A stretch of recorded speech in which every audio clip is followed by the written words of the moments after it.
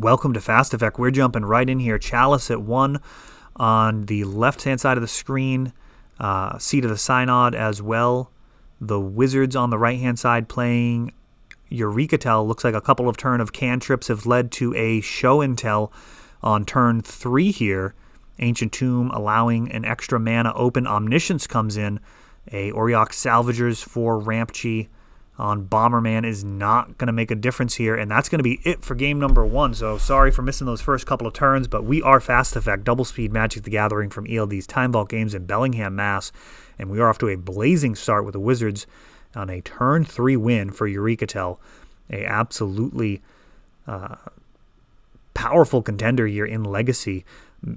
Primarily made the change because of Veil of Summer, a 1-mana cryptic command that really just does it all. It protects your combo from counter spells, makes your spells uncounterable, gives you and your permanents hexproof from blue and black until end of turn, and for good measure draws a card. It is absolutely worth distorting the mana base for, actually eschewing the red splash traditionally in Sneak and Show builds, and just going all in with the Omniscience Eureka plan. Of course, Show and Tell, you'd play, in between 5 and 8 copies. I'm not sure how many you'd actually play if you could play 8. But for sure, you'd play it over Eureka.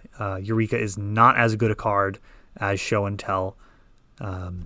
It's good. It's good to have a backup. But yeah, realistically, the extra mana hurts, the double green hurts, and your opponent potentially putting in a bunch of permanents also can occasionally bite you.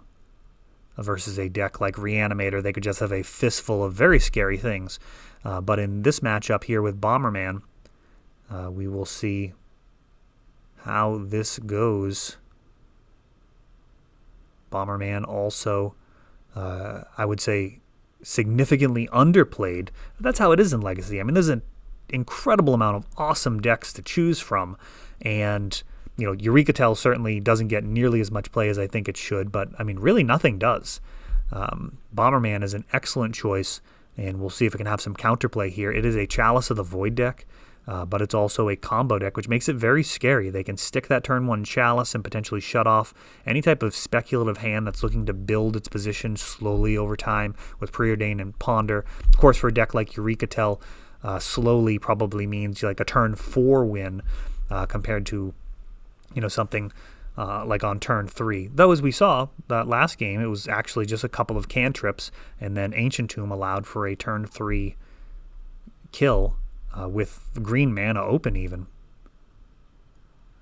So you can actually fire off 3 or 4 cantrips before winning on turn 3, just making use of your blue mana off of those first couple of turns. And, of course, Lotus Petal even exaggerates the ability to dig. We do see a Lotus Petal at the front of the Wizard's hand. And, of course, a core weakness of Eureka and really combo decks in general is the incredible importance of that opening hand.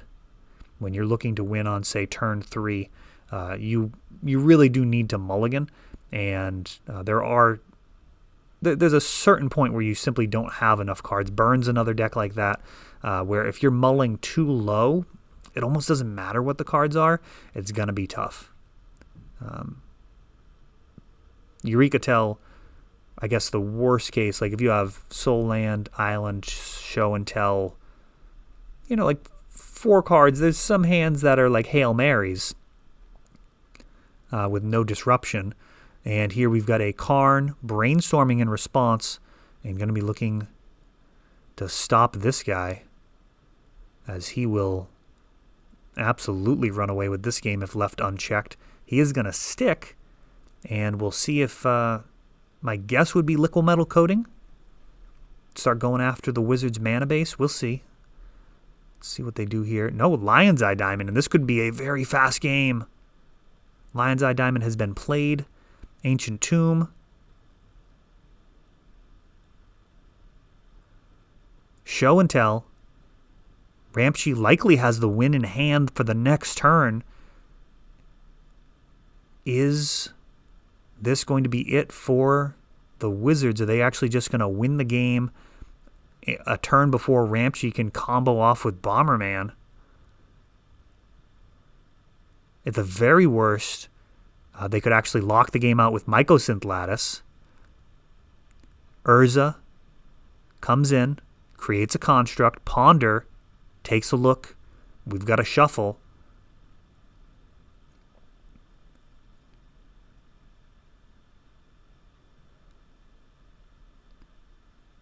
Mycosynth Lattice no longer the threat that it was just a moment ago. This LED could have been sacrificed in response to Karn's ability, giving 6 total mana. Now the Wizards actually don't need mana for the rest of the game. Urza's Bauble coming down.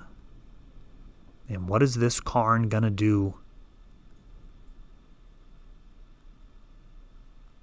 What type of goodness does Ramsey have in their sideboard to deal with this type of situation? They're very close.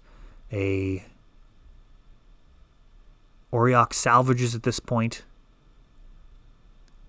would end the game, creating infinite mana with this Lion's Eye Diamond.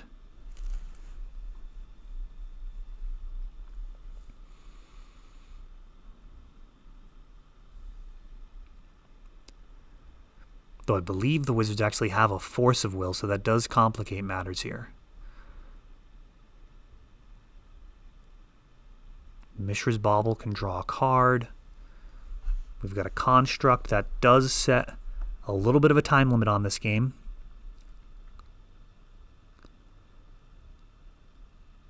And for a turn 2 show and tell, this has actually turned into quite a game. Bomberman not able to lock out as they would against most opponents.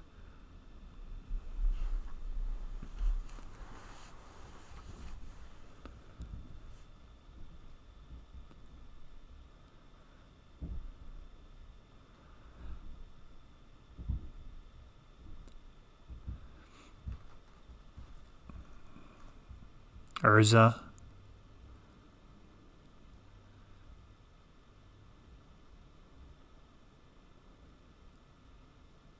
Spinning the wheel. Finding an Emery.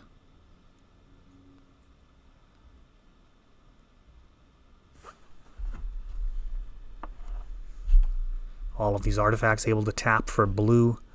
And now Sword of the Meek.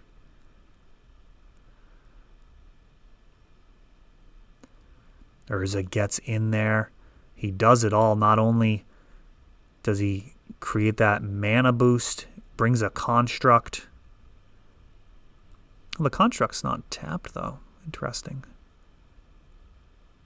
I think Ramsey might have this fancy token and have forgotten to use it.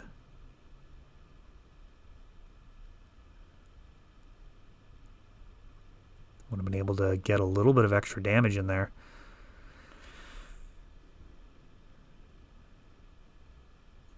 A land being played, so Omniscience is in play. Ponder's being drawn and fired off, but not seeing anything. Auriok Salvagers.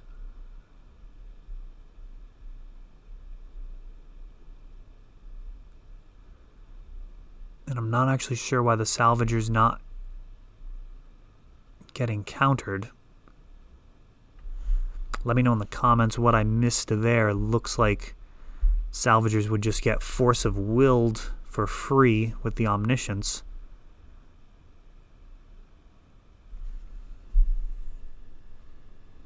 Yeah, I didn't see anything else in the battlefield.